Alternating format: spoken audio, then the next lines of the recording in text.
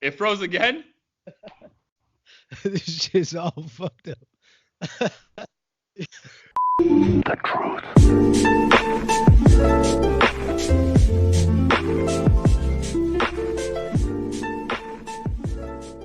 Welcome back. This is the Audio Theory Podcast with your boy Superfly, aka Chemic, aka Blair. I got my boy Danny on the other end.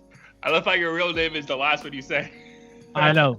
Well, because I'm still like getting into this whole internet thing where people have like their real identity, but at the same time want to be, I guess, their username. And I have so many usernames, I don't even know which one to choose. So I'm just giving you all of them. I feel you. Like I have a couple friends in Miami who are DJs, and like I'm with them, and I refer to them obviously as like their government name because I know them.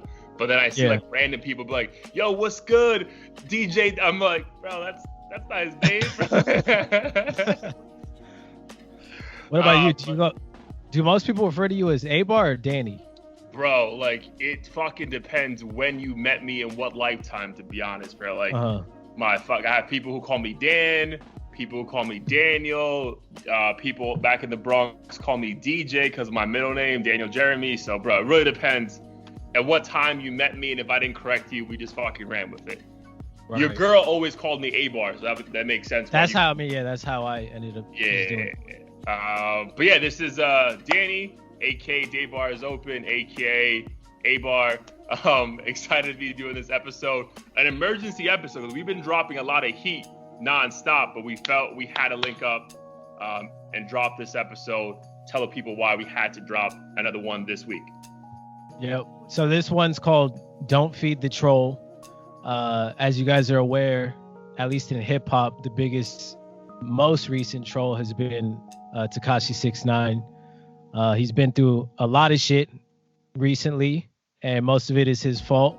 So can't really blame, I guess, the people around him too much. But I do think the people around him deserve some blame, which is what we'll get into as the episode progresses. We gotta talk about it, man. It's been the biggest thing in hip hop culture.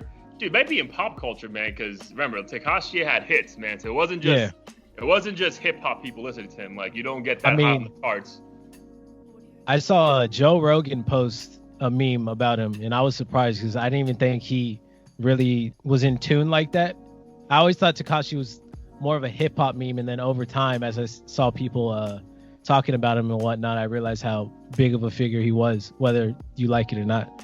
Yeah, man. So we had to talk about it. But before we get into that, man, how you been? We haven't really had an episode since I left LA, which is crazy. It's been a month ago. So again, shout out to Blair and his mom for hosting me. Your mom's the sweetest lady in the world. Funny story. I don't know if I told you. I think I told you, but let's bring it up again for listeners. So I was staying at Blair's house. Blair was out, and I was there taking a shower, and I broke his fucking doorknob, the bathroom knob. Is that fixed, by the way?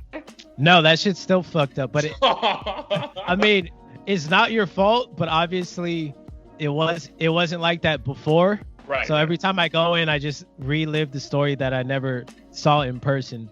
Right. I mean, it's a funny story. But bro, I was legit. So I broke the fucking bathroom knob, so the water just kept running profusely for like 40. No, I legit, dude, an hour and a half. The water would just run. And I'm just like panicked, but I'm like, yo, Blair's not here right now. What the fuck do I do?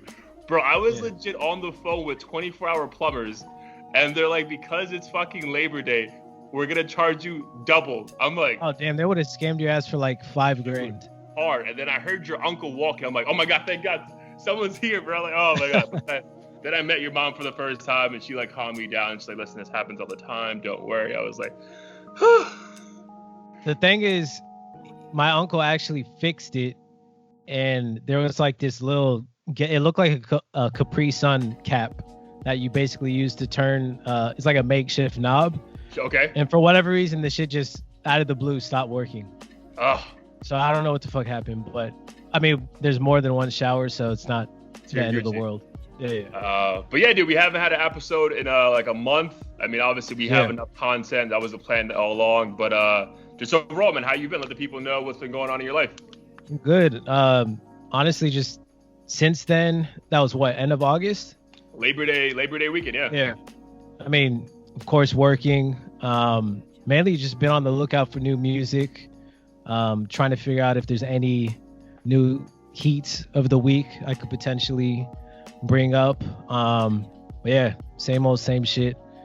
I feel like there's been quite a bit going on over the past month that we could talk about over the next like even though we few have episodes. that episode, obviously we're friends, so we literally talk like every day about something, if it's just a meme or something, right? Yeah. But I think we all been like content, like, Yeah. yo, we got this, we gotta talk about Just this. bookmark the shit out of everything.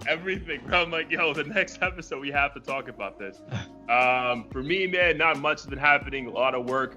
I was just in Portugal for a wedding this past weekend. Bro, if you have an opportunity to go to Lisbon/Sintra, That looks lit. go, bro. That's an overused term, but it looked lit. Bro, legit, I kept telling my, again, I went for a wedding, so like it was a little bit different experience, but Lisbon itself is dope. Like just sightseeing, the shit's gorgeous, like every building's a different color, scenery's epic. But bro, Indian weddings, woo, bro. That alone I've heard good things about, like regardless of what bro. city If it's in. it's not an Indian wedding, don't fucking invite me, fam. Like that's how I feel. I don't know if this is just a myth, but did they come through on like elephants and all sorts of exotic animals or no? That shit legit does happen like in India. So obviously like my man, one of my boys, Neil, he married his love of his life, Brigida. So shout out to them. But she's Catholic background, he's Indian. So they kind of had like a perfect combination of it. And most Indian weddings like a week long. This was just 2.5 days. So we didn't have all that hoopla, but there was a palace involved. DJs were flown in. Phenomenal. Just phenomenal. So I'm recovering from that. I'm actually feeling amazing right now. But yo, I had like a 23-hour journey back home, and that was awful, but worth every second of it, man. Word. I'm gonna have to start making some Indian friends then. My brother's half Indian, but even if he did get married, I doubt he would have a quote unquote Indian wedding. Yeah, but he might. I might have to tap into my Indian roots on that one and just fucking make it happen. Because for my own money, if I ever get married, right. Because that shit was super lit. All right, man. Do you want to jump in before we jump into the topic of the day? Obviously, don't feed the troll. You want to do Heat of the Week first, or save that for later? We could save it for later. Okay. I know it's been it's been like 4 weeks since we've done this, so there's like a lot of things that could be the Heat of the Week. Right. Originally, before this shit even happened, I had like a list of some stuff I didn't want to forget for Heat of the Week, and one of them was a Tekashi song.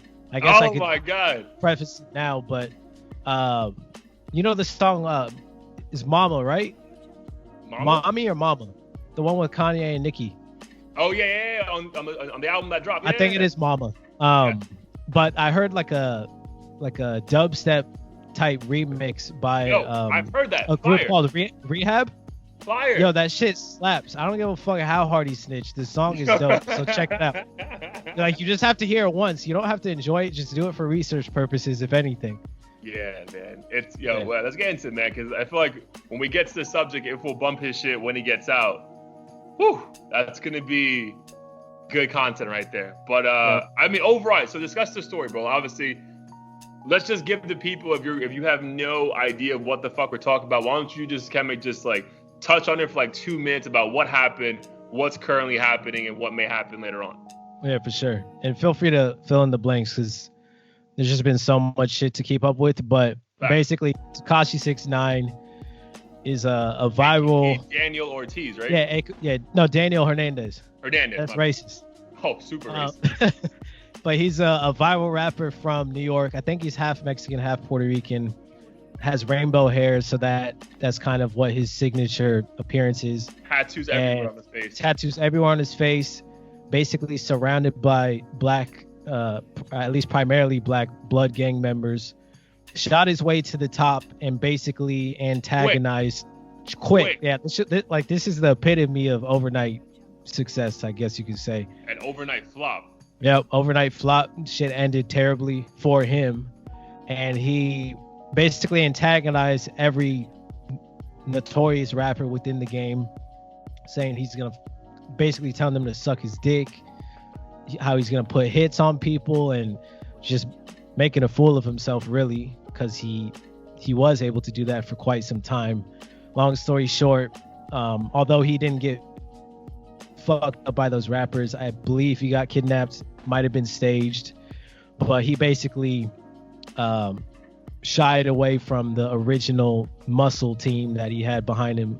So it was just him and I guess his undercover cops, bodyguards who had his back.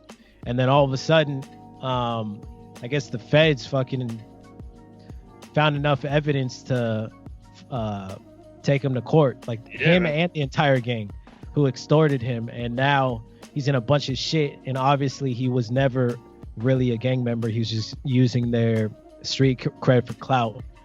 And now he's in a bunch of shit, snitched on everybody, like everybody, people who weren't even involved. He snitched on. And I thought he was gonna drop my name, bro. I was like, what the I know. I was like, we were just waiting for it. We're like, we're next. We have nothing to do with this shit. Let me tell you about the motherfuckers. And that obviously spewed a bunch of memes around snitching and telling on people. So now people were just saying, is it justified because he was never really a gangster? Is it justified because he was kidnapped by his own gang? Blah, blah, blah. And a lot of street people don't want input from people who aren't from the streets, but I don't personally agree with that because on the outside looking in, I think there's a bunch of hypocrisy and dumb shit that we could definitely talk about when it comes to this case. Yeah, man. So we'll see. What I think is funny, what's a telling sign if you kind of obviously 2020 vision always when you look back, but you could tell something was about to go down when he did that second interview in the Breakfast Club and all his crew was gone. Yep. Like bro, everybody. Like what the fuck happened? And bro, he got locked up with like 3 weeks after that. Yep. So like you, and his like you were just on the Breakfast Club like 3 months earlier with your whole crew. Like they were in the fucking booth with him, like family, bro. And then some shit went down and you're like, yo, what the fuck? Right. And then boom, locked up. And his whole like demeanor changed, I felt like in that interview. He wasn't like the same, like fuck everybody, I can do what I want. I mean, he was still a little braggadocious when Charlamagne the God checked him on the whole like using the like you say nigga and shit, but oh right. But yeah, dude, like you could just tell something was about to fucking go down because like bro, like you're like I agree, he wasn't the same like cocky kid. He was like almost toning it down and like almost hinting at like, yo, that was them, that wasn't me, all that shit. Yeah. Right. But dude, let's just break down all the wild shit he did though, man, because bro, he did put a hit out on Chief Keef. Yeah. Like, that legit went down. He was banging with these motherfuckers like Trey Nine Bloods. Like that was happening. Like obviously probably shouldn't have happened, but it was happening. Like that's crazy, bro. Like yeah.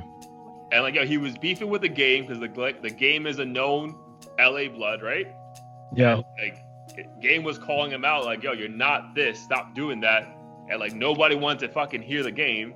Right. Nipsey even commented on this shit, rest in peace to Nipsey, like not on some like, yo, fuck you shit, because Nipsey never did that, but like on some like, bro, like let's please respect the people who actually do this and the people who don't do this. Yeah. Cardi B snapped on him, you know, for fucking claiming shit that she probably was aware that he wasn't doing. Mm-hmm. So, bro, if you think about it, everyone really in the industry knew, like, bro, this is not authentic. But it was funny to me because he would always claim he didn't have anyone's cosign. It's like, yo, I did this shit by myself. Bro, you listen to this fucking album, bro, he has a ton of features. Right. So you know, like, what he was talking about. Because, yo, he had Young Thug, Swiss Beats, Tory Lanez, Kanye West, Nicki Minaj. Like, bro, you have literally everyone's cosign, bro. Like, I don't know, like, in what mind you think, like, you're this unanimous anonymous artist that came out of nowhere, bro. Like, you had a lot of people fucking say you're whatever you think you are, which is pretty fucking insane considering it was clear as day my guy was not that.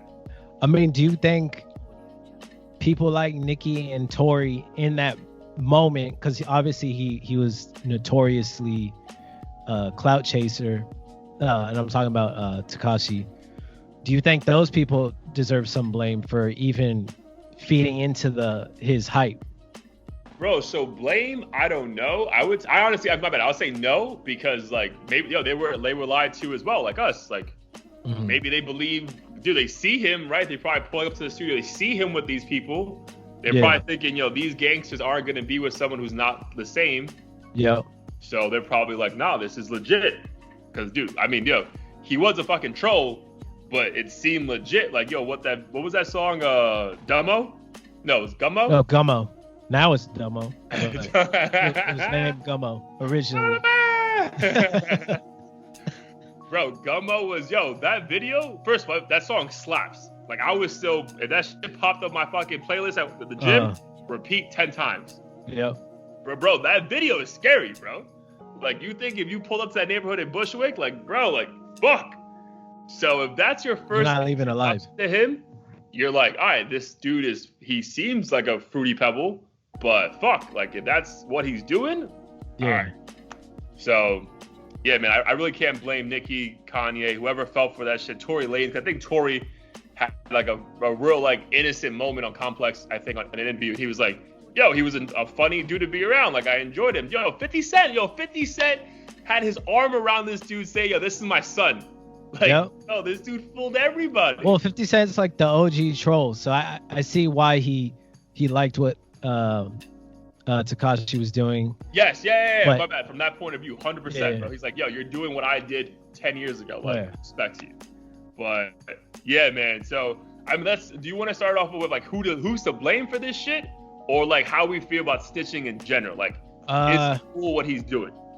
I guess let's talk about snitching first. I mean, I don't claim to fucking be from the streets or like have been in any of these situations, but on like a surface level, what I think the general public can understand is if you commit crimes with somebody willingly and shit goes down, you're not supposed to be telling on everybody who was involved because you're just as much to blame. So you shouldn't be fucking trying to drag the whole operation down.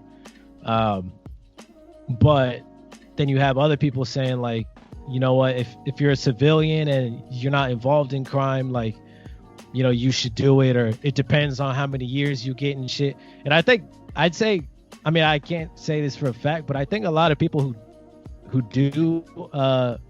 don't snitch might have like a price for it. Like, you know how everyone has a price for something. Yeah. When it comes to snitching, it's like, okay, cool, I'll do 3 years or 6 years. It's better than dying. But if you get fucking like 60 years or life, some people are like, fuck that, I'd rather just hide in fucking Nebraska. I'm going to Iowa. Be in jail. Yeah. And I think there was I forget the dude's name, but I saw him on Vlad TV. He was a drug dealer, and he basically said when he got caught up, his OGs were like, yo, if you snitch, we're gonna fucking kill you. So he had like no choice to, maybe he would have not snitched anyways, but if somebody says they're gonna fucking kill you if you do something, you're probably not gonna do that thing. So I don't think it's as simple as people make it out to be until they're in that fucking position. Yeah, I mean, it's easy for everyone to judge from the outside. I would do this, I wouldn't do that. But so this is my thing, dude. I think it kind of plays a part on like who's to blame, but we'll just focus on if like is snitching okay or not. Clearly, he wasn't of that life. So like, I feel like someone who's like legit in that, raised in that, they have more at stake because they actually believe the shit they were doing, and they probably wouldn't snitch. I'm not trying to justify anything that's gone down because again, we weren't there. But I can see why he would snitch. He's like, bro, first of all, these guys try to fucking extort me. They were only fucking with me to get the money I was making for them. And I only know them for the past like 2 years. You know what I mean? Like why would I be loyal to someone who I don't know? Yeah. And then again, if they're also offering me 60 to life, like I could drop some names. Right. Like, you know what I mean? Like I can see, like, again, I'm not justifying it, bro. Like if you were, I agree with your point. If you were in it and that's all you knew, I don't care they offer you 2 years or 200 years. Like, I could never snitch on like someone who I consider a brother. But if it's some fucking random ass dude who was fucking extorting me for his own fucking benefit, and it's like, bro, you weren't loyal to me, why the fuck should I be loyal to you? So I get that side of it. Yeah. What I don't get is, this is like the point I was telling you when we were texting about this episode, is like, it reminds me of the early 2000s when like the phrase was being tossed around a lot, the whole hip hop police. Like, bro, like that was like legit, like at least in New York, and like cops would just like drive around New York City throughout the night looking for hip hop artists to like fuck up and arrest them on some dumb shit. And then hopefully that triggers a bunch of like previous fucking situations. Now they're fucking locked up forever. Bro, I feel like the hip hop police are playing a role in this situation because, yo, the laundry list of names he dropped that we didn't even know he was associated with was fucking mind-boggling, bro. Like, Cardi, Jim Jones. I was like, what? Like, I didn't even know these people fucking roll with him. Like this doesn't make any fucking sense. Like, my man was Go ahead. No, like, but I know he mentioned it, but at the same time, didn't all these artists already claim this shit? It's not like he said, okay, Cardi sold bricks on this street and did this and that. He's just like, oh, she's maybe he did. I don't know. Part of Brim Bloods or something. I mean, maybe he did. If he did, that's fucked up. But if he's just straight out saying shit, we could say like, oh, Snoop is a fucking Rolling 20s Crip. Like, that's not really snitching. That's drawing attention to someone else. I guess it's like deflecting almost. Like, yo, but he did it. It's like kind of snitching, but not. It's just saying shit to. I think he might have been trying to defend himself. Like, there's tons of other rappers who are also doing this gang shit that aren't necessarily, guilty of criminal acts or something. I don't know what his point was. The way it came across though from the audio we heard a little bit and just like the transcripts, it legit said like, yo, we will low. It felt like the cops or the hip hop police were saying, dude, we will lower your sentence if you can somehow make all of these people a part of this shit too. Like, that's how it felt, bro. Like, obviously we weren't there, we don't know, but it was like, bro, like, what are you doing? Like, why is it like, why aren't you just, if you're gonna snitch, like, why is it just on the people who were immediately around you? Like, why are you naming a bunch of people again who to us seem like they're not involved with this shit at all? Yeah, it's like there was like a bigger agenda. It's like, yo, how can we take hip hop down the way we did like in the early 2000s to make like, hip hop is pop culture right now, bro. Like, it just is. So maybe, okay, this is the conspiracy theorists that have been planning in my head now, thinking that this might be a bigger thing to how to like bring hip hop down. I could be crazy, but that's just how it felt. I don't know. Whenever I hear those conspiracies about him like actually being an informant, I don't know if I necessarily agree, just because I feel like he doesn't seem like the type of person that could successfully do that. I'm more keen to believe he was just a dumbass who fucking was riding the wave way too hard and then got fucked. And the only, I know people, so everyone's argument is he's old enough to understand his actions. Hell no. And know what he was getting into, which I believe. But at the same time, I think the people who endorsed him and co-signed him, aka the I guess Nine Trey Bloods, are just as at fault, because it doesn't take a fucking rocket scientist to know that if anything were to go down, that he would have snitched. I don't understand how or why they trusted him with all this intricate information in the first place, and they're basically asking for him to fucking do this. And I think that's why it seems like they're not reacting all crazy, like, oh yeah, we're gonna fucking kill this kid, unless they're just that menacing to the point where they're gonna just smile at the camera and then low-key like chop his mom's up into 40 pieces.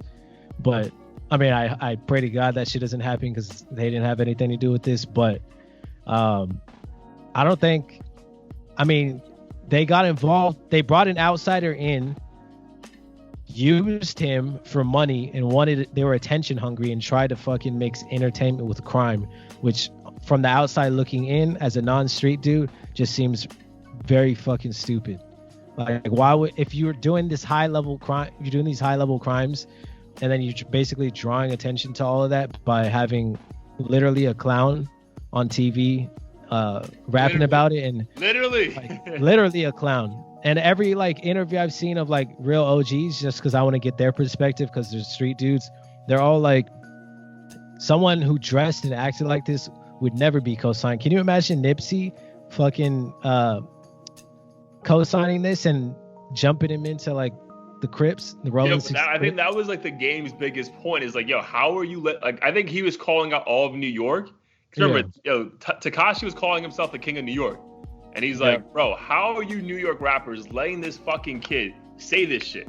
Like, look at him. It's a fraud. But I think it's a good fucking point you were bringing about the Trey Nines. Like, dude, like, I think they're as much to blame, if not more. Because, bro, like, the writing was on the wall. Like, it's like almost like any fucking like gang mafia movie you see. Like, bro, the feds are always gonna go for the weakest link and like attack that one, right? Because they know they can break his soul. Bro, this dude was not raised in this shit. Like, yo, if you see pictures of him like 6 years, 5 years before that, yeah, he looked like a bitch, bro. Yeah, like, just a straight A student who fucking literally wouldn't hurt a fly. And again, not to judge, but it just looked like that. Like it looked like there was one picture that like I think on the podcast you said like an hour ago, like, yo, his hair is all flicked up nicely, collar pop, like, yo, he's like a little punk kid, like in prep school. Yeah. So, bro, like prep school's a good way to describe it. So I would just say, like, I feel like, honestly think like the Trey Nines, like, bro, like you got what you fucking deserve, bro. Yeah, they're greedy. It kind of reminds me of like Nigerian scammers almost, because granted, yes, they're scum of the earth, but if you open those emails and really think you have fucking $600 million in your name, like just randomly, and you fucking send them your bank account info because you're hungry for money, it's your fucking fault at the end of the day. They asked for it. I'm sorry. Like, there's no other way to put this shit. I agree, bro. I think they asked for it, bro. I feel like this really is like, again, you could be tight and like, yo, they can say, yo, we made him this, but he can say, yo, I made you this. I was the one rapping over like these beats. I was the one fucking performing. But bro, like, I feel like he's to blame obviously for fucking buying into that shit way too heavy. But yo, they were fucking greedy as fuck. And when once fucking Gummo popped off and that shit was number one the charts, they were like, bro, say whatever you want, bro. You're one of us. And it's like, and look at this too, because I've heard a lot of people say he, like, this is an example of why you shouldn't get into this street shit unless you're really about it, blah, blah, blah. In every interview, Shotty, who apparently is really about this shit, kept saying, defending Tekashi, saying he's just trolling. This is what the young kids do. So you have people out here promoting this sort of facade. And there's so many other like, how many fucking 13-year-old like rappers who are clearly from the suburbs and shit rap over like a hot beat talking about having Glocks and selling this and fucking this bitch and doing XYZ. Like, if you just see that as a cat, I think Boosie supported one of them. His name's like Lil Blurry or some shit.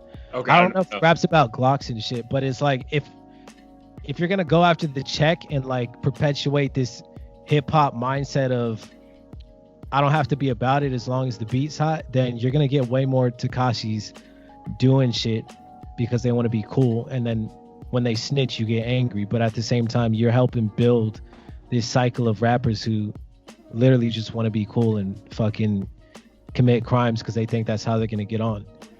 Right, but I think that's like, if we take a moment to just pause, that's the craziest part, bro, because there's one thing just to rap about it, but just to also do the fucking crimes he did, just to fucking rap about it and be considered, you know, legit. Like, that's crazy, bro. Like, that's the crazy. Like, cause some people, like, I get what you're saying right now, like, about those suburb kids who would, but they wouldn't actually go and fucking kill people. Like, it was like, they would just rap about it. Like, my guy thought if I want to rap about it, I have to go do it. It's like, what? Like, like, you went too deep, bro. Like, you went way too deep in this shit. But he didn't really do it though. He like funded it, and his dumbass probably thought, oh, like, I'm not actually doing it, so my hands will be clean. Dude, no, but the thing is, I could be bugging, but yo, I heard in some of the I read some of the transcripts, like, yo, he was out there banging with them.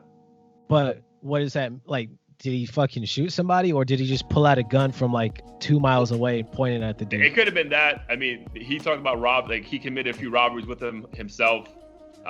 Maybe it was a fucking bodega that like he knew nothing could happen, so he felt super tough. But again, just the fact that he was legit out there after he figured out I could get fucking rich off this shit is also the logics of a fucking child, bro. Like, so when people say he's too young, like, oh, he should be old, he's old enough to know. I'm like, dude, fuck that, bro. When I was 23, I didn't know shit. So imagine being 23 and legit thinking, like, I'm making millions of dollars off dumb shit.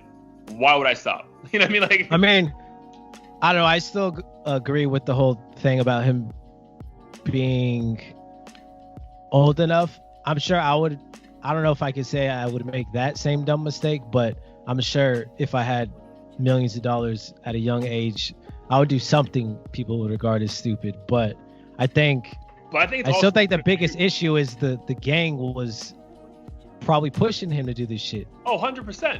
And people aren't blaming them at all. Like, again, not that this is gonna sound blasphemous, fam, but I gotta fucking do it. But like, dude, think about like Tupac when he was in jail facing years over that rape charge, and Suge Knight was just in his face with a fucking "I'll get you out if you sign a death row" shit.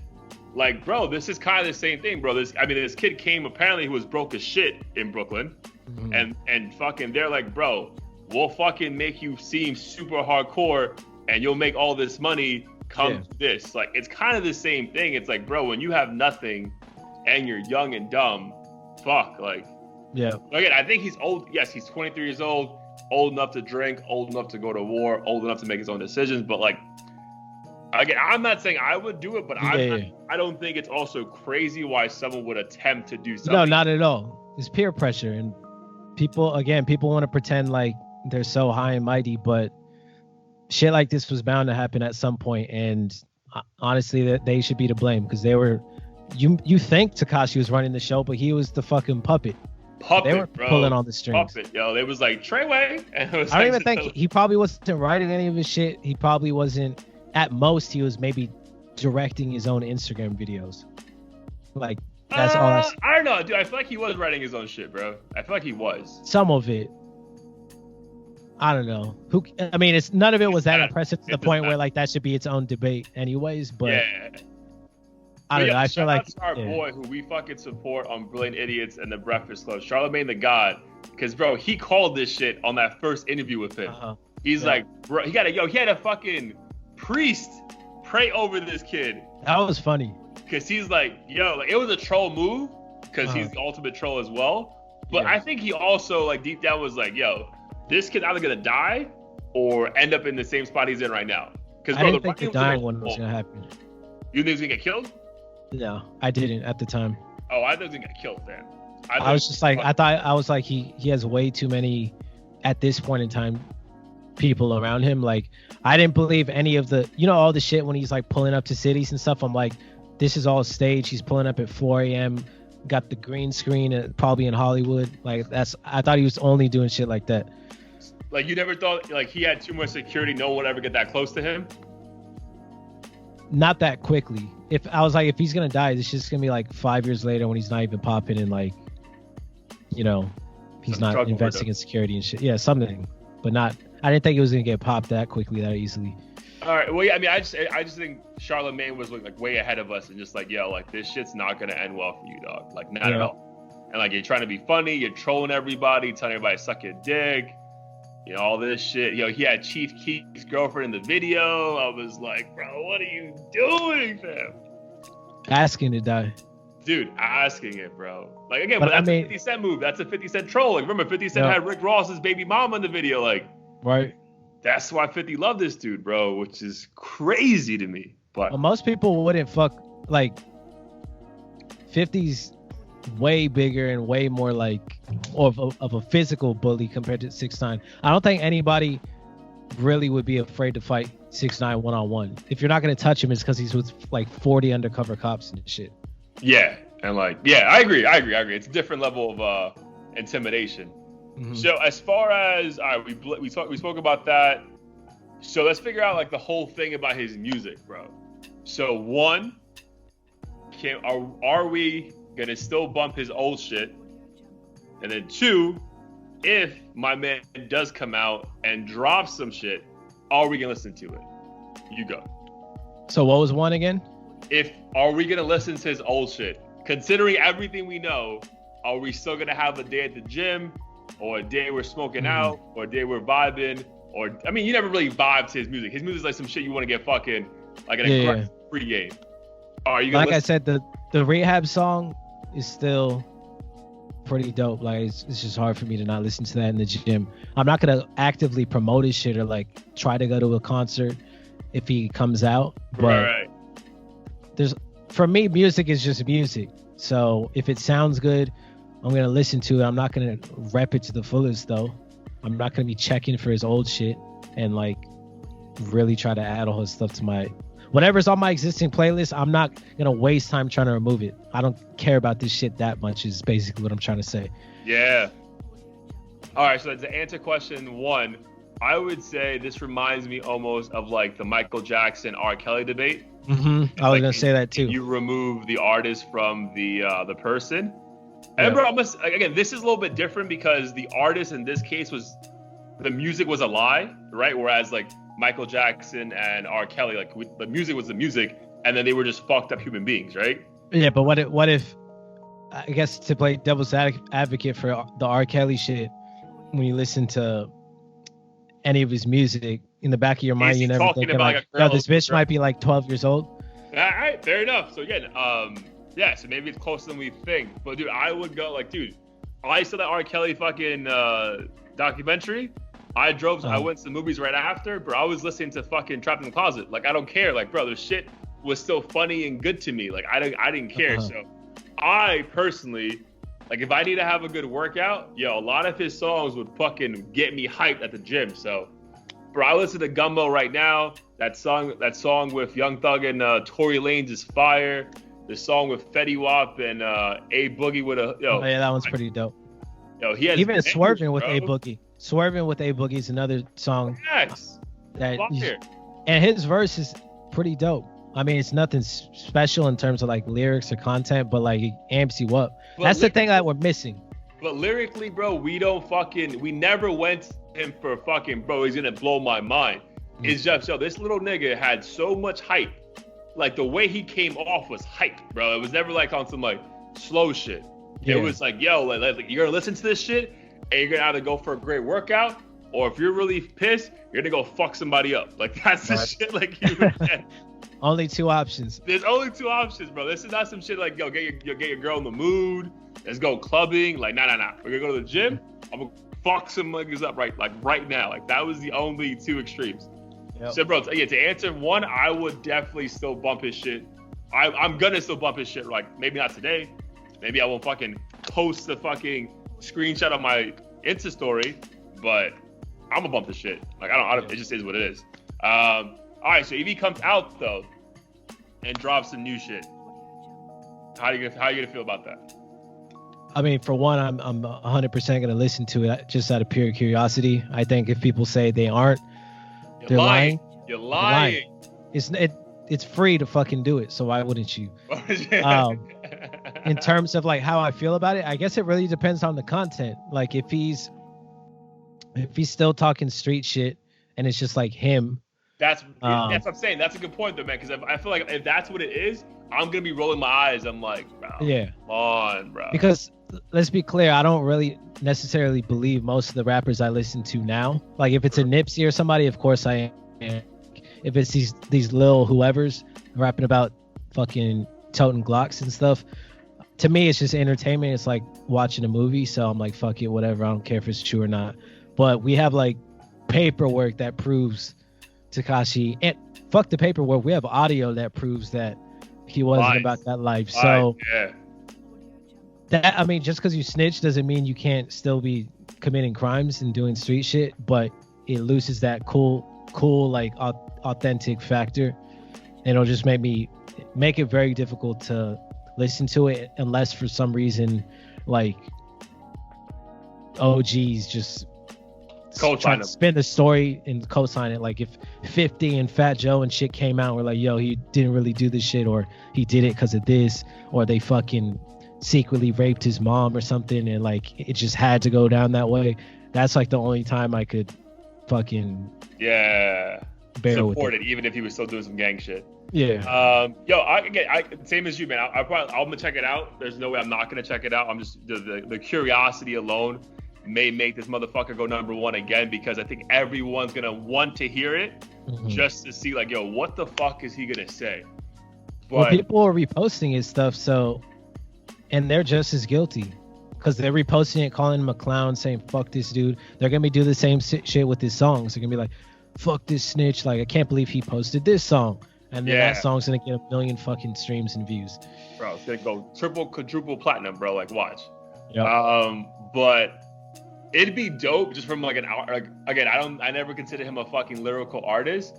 But if he came through, I think someone was talking about this shit. It may have been Brilliant Idiots, but if he came through and like rapped about, yeah, I fucked up, like if he was honest, bro, like still like hype music, but like in a way that he was like almost like humble about it and was like, yeah, I fucked up.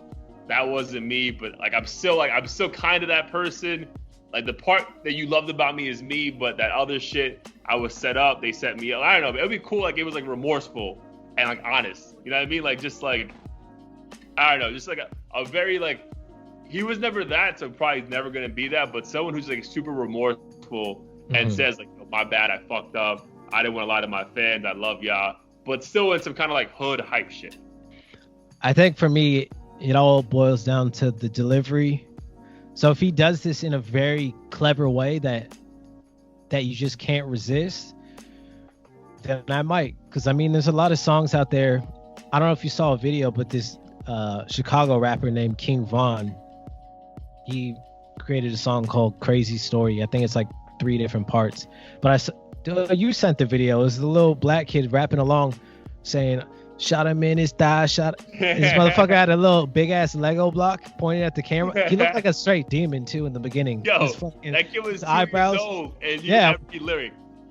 And I'm like, and my first reaction is like, fuck, man. Every time I see this shit, I'm just like, if white people get a hold of this, we're never getting anything. Just that reparations just tossed in the trash, lit on fire. But when I listen to the song myself, I'm rapping to it. I'm like, yeah, shoot this nigga in his thigh and all that stuff. So I think it's like Casanova though. Like Casanova shit, like literally, like he's telling you how to beat somebody up. You're like, punch him in his face. Yeah. Right. And part of it's just because, like, I mean, when you're sitting at your 9 to 5 and somebody pisses you off, or you just want to get an adrenaline rush, it's dope to listen to that. So I think to that point, even though I don't necessarily condone or resonate with the lyrics, like if he delivers it on a hot beat in a clever way, I might just like it. I don't know. Yeah. In secret, at least, because I don't want to be bumping that shit and get shot just because somebody feels some type of way about it. Feels a certain way about it. Oh, that's funny. But like, it reminds me like a meme. It's like you drive into your 9 to 5 talking about the hoes and prostitutes you slay and the cocaine you sell. Like, it's like yeah, all those memes.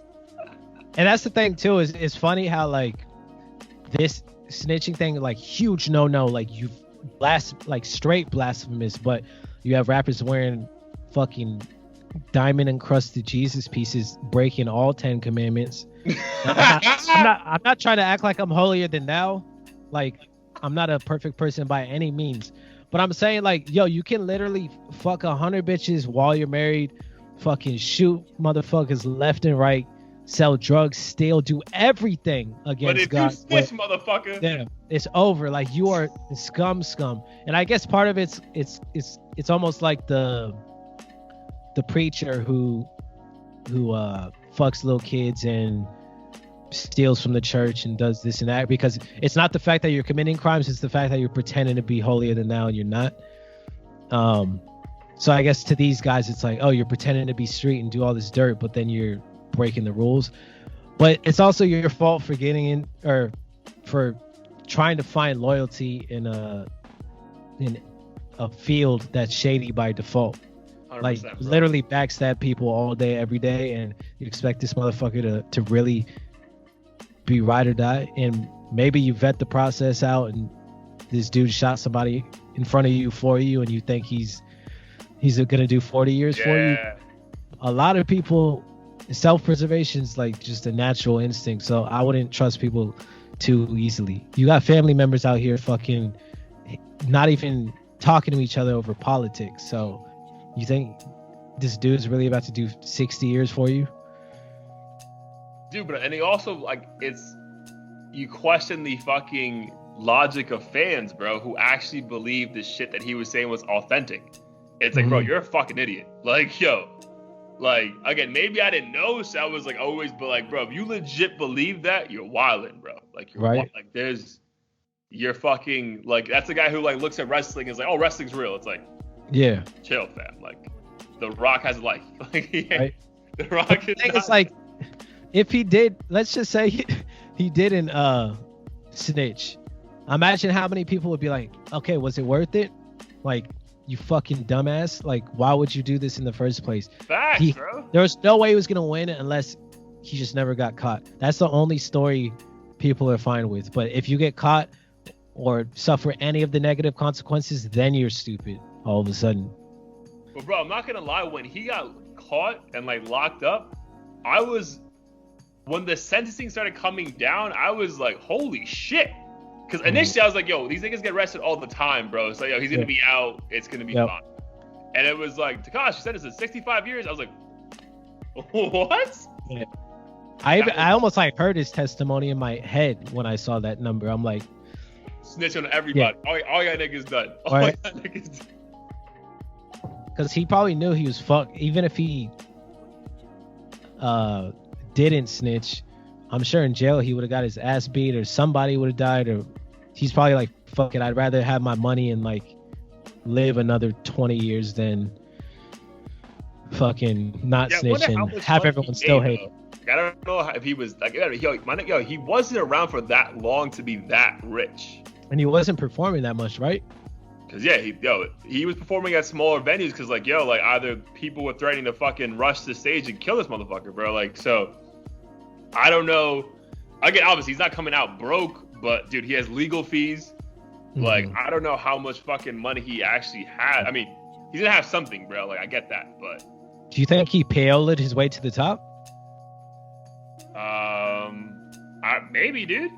Like there might be like just like $100 in his bank account when he gets out. Like, I don't. Like, it's very fucking possible, bro. Like, that shit. Like, I don't know. Like, you think he's gonna come out and just, like, be fucking like good to go? Like, never have to drop a song again? I feel like he's gonna have to fucking make music to fucking survive. No, he will for sure. Right? Like, I think that's what's gonna happen. Like, I feel like he's gonna come out and just keep doing music to like just fucking feed himself. Yeah. No, he has no choice. But I think it might work. Somebody's gonna like him because I feel like his fan base, it wasn't like hardcore dudes. It was kids from the suburbs, emo kids, emo kids who just wanted to scream. Like, that's all it was. And they don't give a fuck because they would do the same thing too.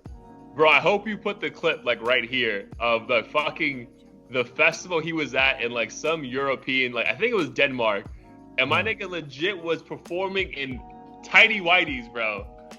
Do you remember tidy that? Whities? Bro, his persona, like in the last like 3 months of him being out here, was like, he would perform, the crowd would go lit, and then at some point, all his clothes is off except his fucking tidy whities, and he's just like, and I'm like, is this a troll move? But then like the fans are going crazy over this shit. That's random. Well, the baby did that shit. Well, he did it in a diaper, and he's really? Like, he's literally, I think, damn, I can't speak for shit. He's literally the opposite of what people perceive Tekashi to be. The baby's like the real gangster who actually killed someone, got away with it, didn't snitch on anybody, and he was in a fucking diaper, and nobody gave a fuck. No one was questioning it, right? Like, do your thing.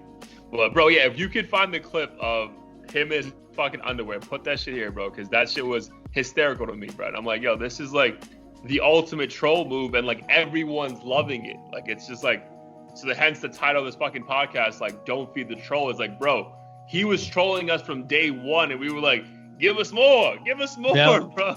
It was entertaining. I'm not gonna lie. Instagram was pretty entertaining when Tekashi was around. I'm not saying that that's more important than fucking people getting sent away for 20 years and never seeing their families for that long. But entertaining is not even it's like, doesn't even do it justice, bro. Every non-banger was out here just yelling, Treyway! Like, bro, that was a thing. Like, people just Treyway. Like, that, you hit a fucking 3 playing basketball. Treyway! It's like, bro, that was just... And nobody knew what it meant until like maybe 2 weeks ago when they're like, oh, Nine Trey, that's what it means. I still don't know what the fuck it means. I didn't know what it meant. I thought it was a record label. I was like, that's fucking... Oh, man. So, before we get into some other topics, I know you wanted to talk about some more current events. Do you think anyone like other clout chasers in the game, right? Because he's not the only one. Do you think other artists like are fearful now? Like, fuck, I may have to change my approach to this shit because I don't want to go down a similar path? I'd say no, just because I don't believe they're all stupid enough to actually commit the crimes and shit that they're doing. Right. So I think we're both in agreement that we don't blame him for snitching, but the shit he did was also idiotic, right? Like, we don't think a lot of people are that dumb.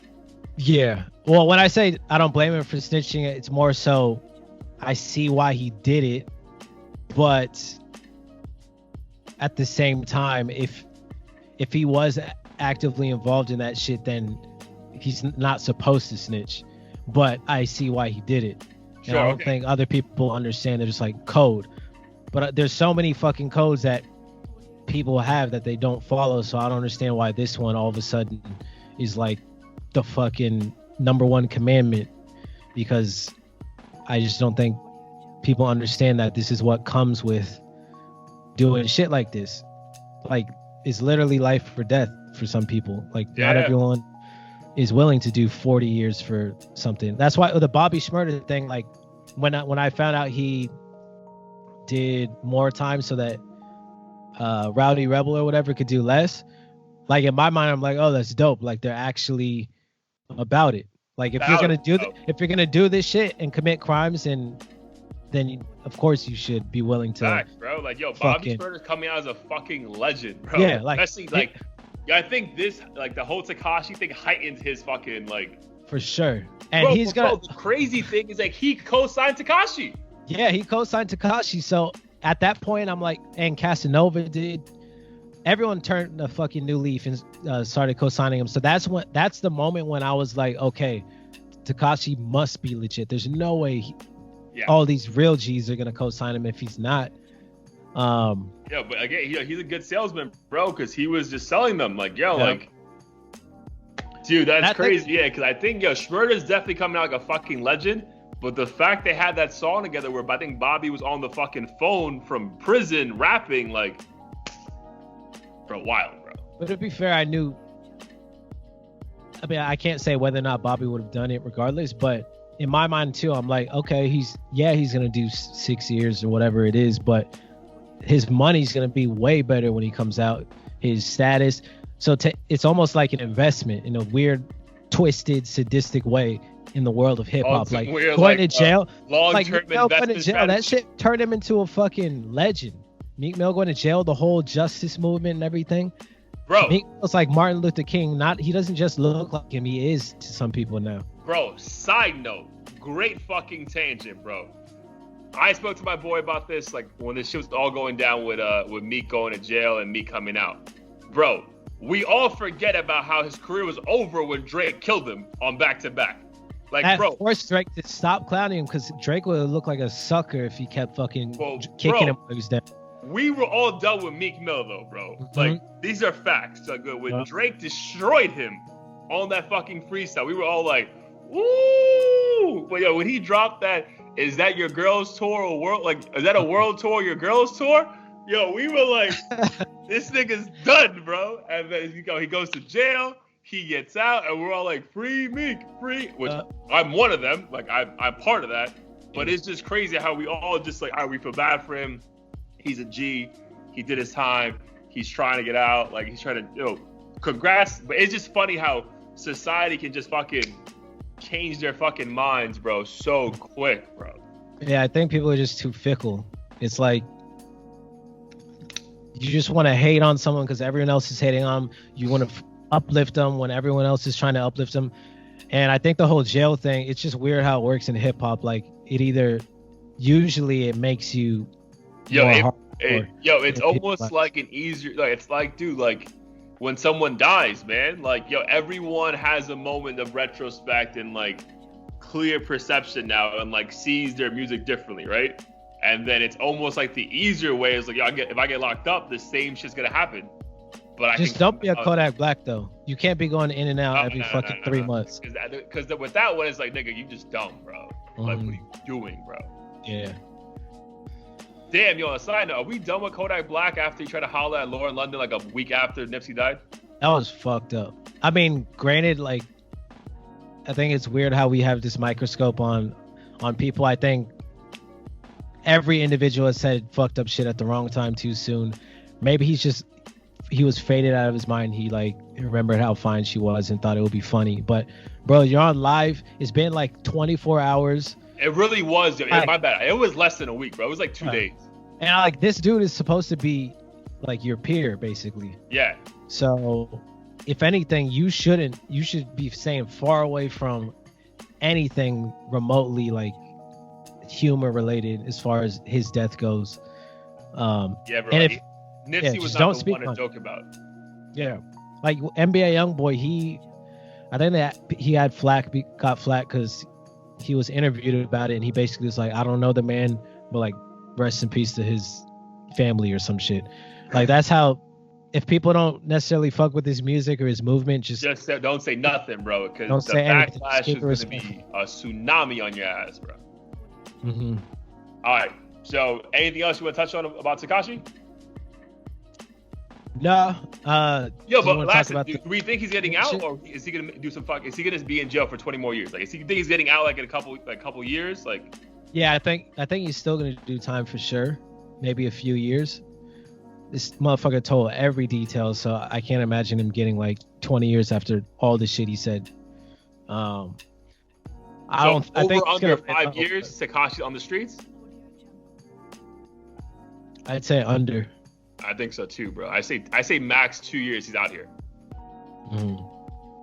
But do we think he goes into hiding, or literally comes out and is like just has security with him nonstop and like is dropping music?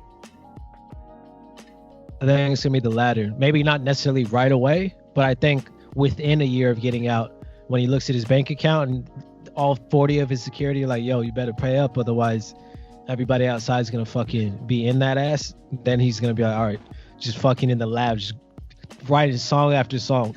But who's gonna produce this shit? Because they're gonna get clapped too. Bro, he can go to fucking Korea, get those Blackpink producers, and like, yo. That'd be hilarious if he became a K-pop star. Yo, that'd be fire. Yo, we deserve a check if that happens. Bro, you think he's removing the tattoos though? Or is everything to fucking be the same? See, that shit, every time I hear it, I'm like, I feel like the tattoos are fake. And if they aren't, bro, his whole face is gonna be so fucked up from swelling and like. Yo, I think I told you that, bro. I read an article where I think Breakfast Club interviewed like a tattoo removal expert, and they were like, yo, he's gonna look like he's a fucking like the plague. Like he's gonna look fucking like a zombie, bro. It's just gonna be like red and shit like everywhere. Yeah. Bro, cause it's like legit everything, bro. Like it's like, yo, I don't know. You might have to do some like MF Doom shit or something. Just wear like a straight up mask forever. Yeah, I say over under 2 years, my man's out like in these streets. But yo, current events. We'll get into music in a second, as far as not even just Heat of the Week, about some albums that dropped that we currently are not bumping that hard because we a little bit disappointed. But dude, topic of the fucking day out of nowhere: Travis Scott and Kylie Jenner. Dunzo.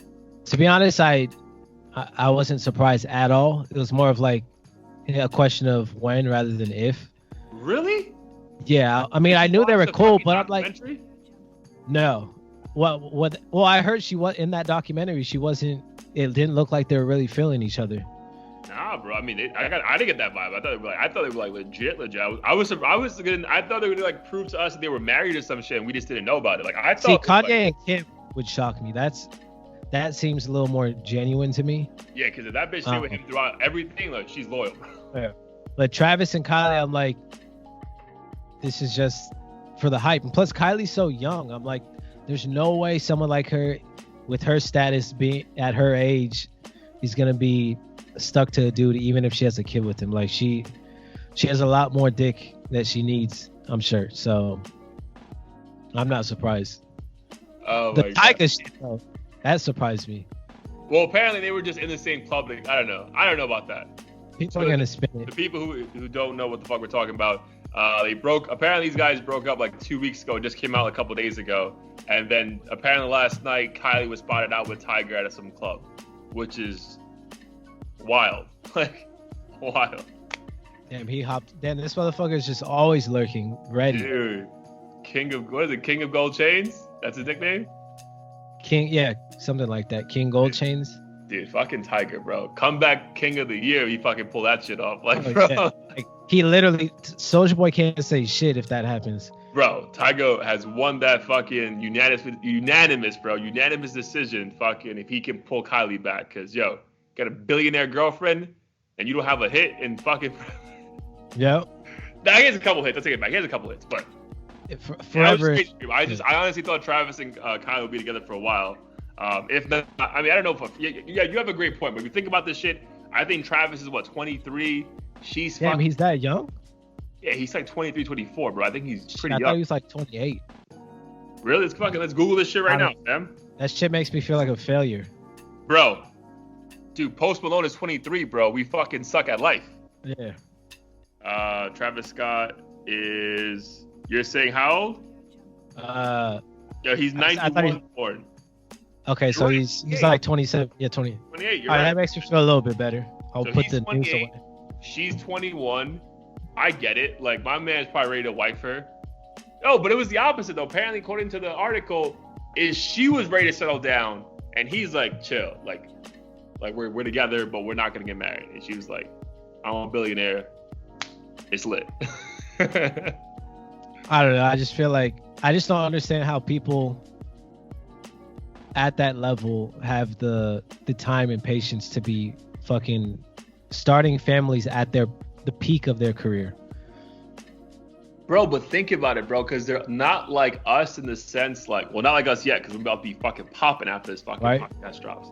But when you have all that money, bro, like, their life becomes so much easier to certain aspects, right? Like, your kid's always gonna be taken care of. Maybe not by you, like, in the room, but like, bro, when you got millions in the bank, like, childcare is the least of your worries. That's bro. true. Like, your kid's gonna be fine, bro. That's a valid point. You can bring your kid with you anywhere, bro. Like, anywhere. Like, who's stopping? That's a good point. Why, dude, Kim and Kanye keep fucking figuring out ways to have more kids. It's like, bro, we'll have 6 more. Like, who cares? Like, like, yo, we got all the money in the world, bro. Like, we're straight. Like, well, that's true. Because anytime I think about kids, I'm like, bro, that's literally like half your salary, like out the door. Bro, and you got a great article I read about, like, obviously reference to my last podcast, absolutely fucking not, Lifetimes of Millennial. There was an article about millennials who have kids, if they don't have, because they have parental support as far as daycare, save almost $100,000 a year. It's like, bro, if you only make 65, like, what the fuck were you gonna do, bro? I've heard these figures, but I'm like, what are you spending it on? All the baby does is shit and sleep. Bro, yeah, I know daycare is a big expense. Though it's the daycare cup. Like, yo, if you don't have a mom and dad or grandparents that can support your kids, like, bro, like, daycare is like $1,000 every 2 weeks, bro. Like, every 2 weeks. But even so, let's just say it's $2,000. Let's just say it's $2,000 a month. That's $20,000 a year. Yeah, so then where's the other like 80 going to food and how getting the most fucking gourmet meals and shit? Yo, but think about your other bills though, fam. Like, rent is the highest it's ever been all over the country. Yeah, but you're not renting more because of the baby.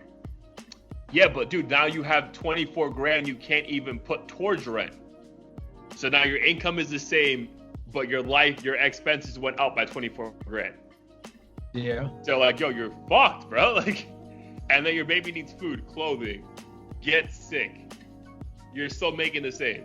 You know what I mean? That's what trips me out. I don't know who the fuck's buying their baby Jordans and having this motherfucker outgrow it in like a week.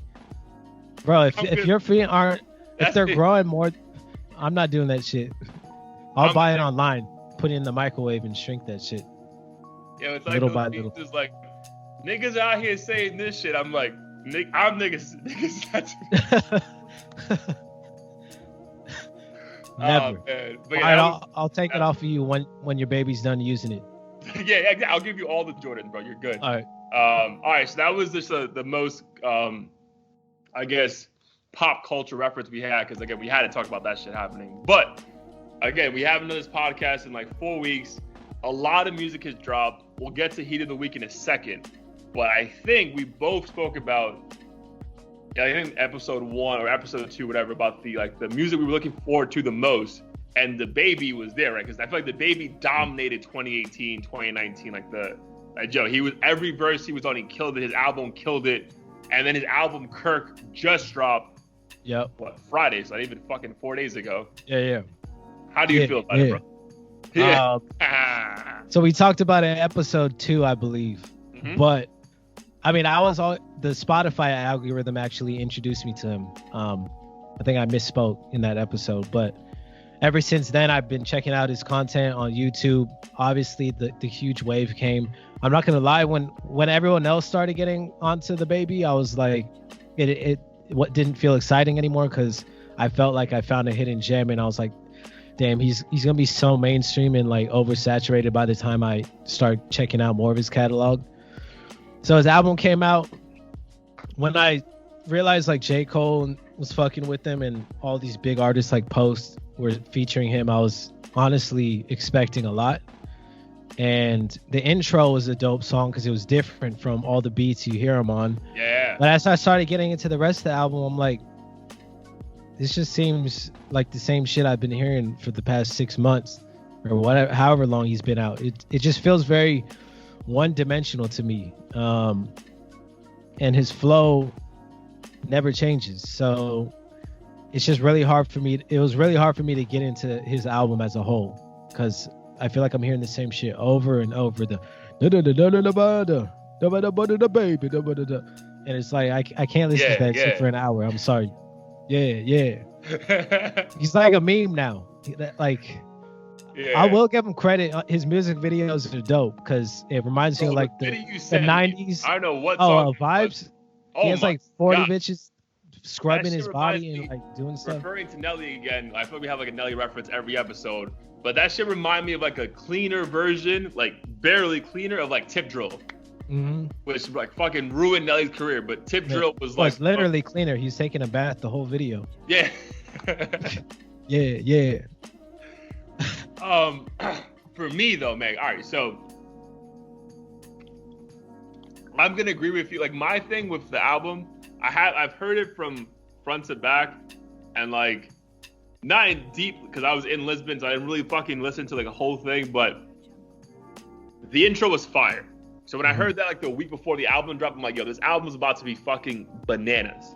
Yeah. But it wasn't though, bro, because like I feel like the hype he built himself was crazy, bro. Like, every verse he put out was phenomenal. The Post Malone verse, the J. Cole verse, his album. He has a couple other features that were out there. But I don't think it's a bad album though. Like, no. It's just like, that's all right. Like, it's not bad. But it's not what you thought. Like, I thought he would do what Post Malone did, like drop a dope debut album, but still fucking top it every other time. Yeah. And, like, it just wasn't that. There just wasn't anything interesting about it that made me say, this project stands out. I'm going to check for it a week from now. But do you think it's going to age well, and like maybe like 3 months we might change our minds about it? I probably won't, to be honest. I don't know. There just wasn't anything new for me. Like, the sound was just too repetitive. And I get it. Like, I think his wave is more popular because, like I mentioned earlier, it's like that street dude effect where he earned his stripes and like his shit just naturally sounds better. Because if he's talking about slapping a dude, you know he'll really do it, or you know, whatever the case may be. So I don't see myself listening to this particular project that much in the future, unless there's like one hidden banger that I skipped and it sounds dope in the club when I'm drunk and I'm like, oh shit, now I gotta go put this on my playlist. Yes, I'm with you. What I am gonna do I'm gonna give it one more spin. Like, so when you properly digest music and like come to your opinions, like where are you driving to work? Are you just at home right now, like listening? Like where's your spot? To be honest, for me, I feel like I say that shit all the time, but to be honest, usually I skim through it. I don't really like set aside an hour and fucking lock all the doors and dim the lights and sit there with my eyes closed trying to decipher every song. I just I'll play like the first, I don't know, 10-15 seconds of a song. If it's like a long ass intro, I'll skip to the middle and listen for 10 to 15 seconds. And if it's not doing it for me, then I'll go to the next song and then eventually stick with the 4 or 5 songs that I really liked. Usually handpick the ones with big features if it seems exciting. Like when I saw the Post Malone album, like I couldn't wait to hear the Baby verse because that's like an odd combination. You would think, but the shit was flawless. Yeah. But usually it's like on the way to work when I'm not doing too much, listening to that while I'm doing work or something like that. What about you? Yes, at work, so I have my music on all day at work. Like I have a little speaker, it's on, but I can't you just can't listen to it, right? I can't be like this, focused like that. Yeah. So I properly listen to my shit and like digest it. If I can run it back, I will. When I work out, bro, I work out 5 times a week, an hour and a half every time. So like that's enough for me to complete an entire album. So that's why I really just properly digest this shit. And it's like, and I didn't do that for the Baby. I was like in my hotel room, so I couldn't really properly sit down and listen to it. So I'm gonna listen to it one more time and give it one more chance. But I think with you, it just I don't think it was a bad album. It just wasn't what we both expect. I think everyone expected just a little bit more. Yeah, and that's usually what I'll usually do too. Is if I didn't think I got a good listen or I'm not too confident in my assessment, like I'll look at what people were saying online. Because like with the Baby, I was like, maybe I just didn't listen to it long enough. When I looked at reviews online and like everyone was sharing the same sentiments of like he seems very one-dimensional, same beats and shit. I thought I was just being hypercritical and like but it doesn't seem like my assessment's that far off from what a lot of people think about his music. No, yeah, I agree, dude. I just think everyone's saying it's not bad, but it's not what we thought it could be, right? Like, because again, that's someone who we thought literally there was, because he kept kind of changing his verses on everyone's album, like everyone on these features. So I was like, all right, he is kind of like, he can do multiple things. Yeah. And this album just felt like one constant way of doing things. So. Yep. All right, so let's get to our favorite segment, newest segment, Heat of the Week. So I guess starting off with mine, this track I believe was released a couple weeks ago. I don't know if you know a Puerto Rican producer / songwriter named Taney. I had never heard of this dude before, but he created a song produced a song with Jesse Reyes, who's a Canadian-born Colombian singer, and then Tory Lanez. And the track, it has a very So whose song is it though? I think it's Taney's technically. Okay. If I'm pronouncing his name right. And the track sounds, it's like a Caribbean, not like dance hall vibe, but I don't know, up-tempo Caribbean tropical sounding song with like a dope guitar riff. And it reminds me of that song Take Care by Drake and Rihanna. Oh, that's good. I get you. Similar vibe to that. Maybe like rhythmic. Yeah, I got you. Yeah, that rhythmic vibe, but like more, I guess addicting, you could say. Like her voice is super dope on it. Tory Lanez comes with. Oh, so it's a girl. The girl's doing the chorus and the first verse, I believe, and then Tory Lanez does his own verse. But the combination of them two is really dope, and I really like the song. Is Tory Lanez fucking rapping in Spanish? No, he's just doing his same auto-tune singing. But it's a dope vibe, so that's one of the tracks that I've been replaying recently. All right. So I'm gonna do two. I'm gonna do one honorable mention because I just heard this show. I was working out before I got here. So honorable mention, another album that dropped this past Friday, and then I should have brought her up when I spoke about when we were talking about female artists, like on episode 2. Young M.A. Her album, bro. Fire. I gotta listen to it. Listen to that shit. Don't skim through it. Listen to that shit. Is it like hippity hop shit? Like how is it? What's the sound of it? Some fucking New York you can hear fucking Timberlands through the fucking headphone shit, bro. Like, this is like, this is some proper New York. Yo, this shit is great. Great Nice. production. Like, yo, great production. She's super witty with it. And why I think you and I both can relate to it, bro, because again, not trying to be like Jermaine Dupri, and judge every female artist, but the female artists who are out now, we both said, they're kind of talking about the same shit.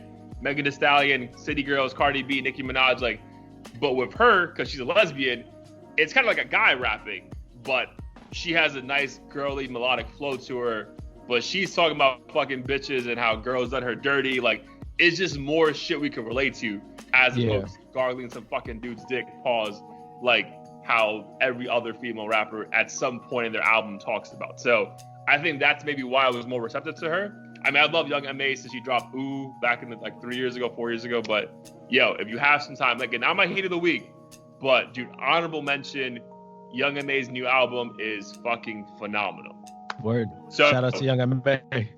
If I gave her that much hype and she's not my hate of the week, dog, if this is going to be my hate of the week, you guys need to go and fucking download this shit tonight. The Top Boy soundtrack. Bro. Oh, there's a soundtrack to that? Yo. Who's on it? Yo, Drake is like a throwaway track on it, but he's on it. Oh, man. Giggs is on it. Obviously, Giggs has like the UK arc, but probably the best ones are Popcon's on it. He has a dope fucking song on it. Nafi Smalls, Dave, Getz, AJ Tracy, bro, a bunch of British rappers, bro. So maybe most of our fans won't even know who these fucking people are. But I'm telling you, as a cohesive fucking album, and it's also a soundtrack, is mind-boggling, bro. And obviously, you need to watch the show. So go watch Top Boy season 1, 2, and 3, maybe prior. But if you listen to that shit, I've never heard a better fucking album based off a body of work in my life, bro. Like, it's fucking insane. And the music is Damn, that's saying a lot. Bro, like, I'm telling you, bro, like, the fact that all these fucking songs are based off the show, and they have like little skits of the show on the certain songs, bro, this shit just flows smoothly. And bro, I love British culture. Like, I grew up in India, and then I fucking like went to London a lot, and it's just like a dope culture to fucking absorb. And like, you get that consistently on every single song. But yeah, dude, like, this fucking album, this shit I've been bumping nonstop, bro. On the flight to Lisbon, getting ready in Lisbon, like, cause it's every mood. It's like selling drugs, it's fucking getting ready for a party, it's fucking bitches, it's everything you want in a fucking hip hop album is on it, bro. And literally, like, the Drake song is the last song on the album, and if it wasn't there, it wouldn't even matter. Like, it doesn't even make, like, it's just another song. Like, it's the last song I'm even looking for. Wait, don't tell me it's this what's the song called? Because if it's the one I'm thinking about, then it is trash. Behind Bars. Is that the one where he's like, dun dun tic tac toe? Yeah. I fucking hate that song. I'm sorry. Yeah, that's it. Yeah, but dude, again, I don't hate it, but it's a throwaway song for me. Like, if it's not on the album, like, I don't care. Like, everything else, so the fucking... No. If that song never existed, I don't care. Fuck the album. 16 songs prior to that are fucking fire, bro. Fire. Yeah. Like, so again, obviously you may have to check out the show, but even if you don't and you just appreciate good British rap, it is, bro. I'm telling you, Top Boy is a top album, bro. So just go listen to that shit. You're gonna fucking start picking up British slang. You'll be calling everyone bruv. Like, it's fucking mind-blowingly good. So that's my heat of the week. The Top Boy soundtrack, yeah? You're gonna be calling everyone what? Bruv. So that's like a term of endearment. So like, British people don't say bro, they say bruv. So check out Top Boy. Check out the Jesse Reyes single with Tory Lanez, produced by Tanini. Tanini sounds dope. So fuck it. Anything else you want to add to our listeners before we dip out right now? No, just stay tuned and continue sharing and all that good stuff.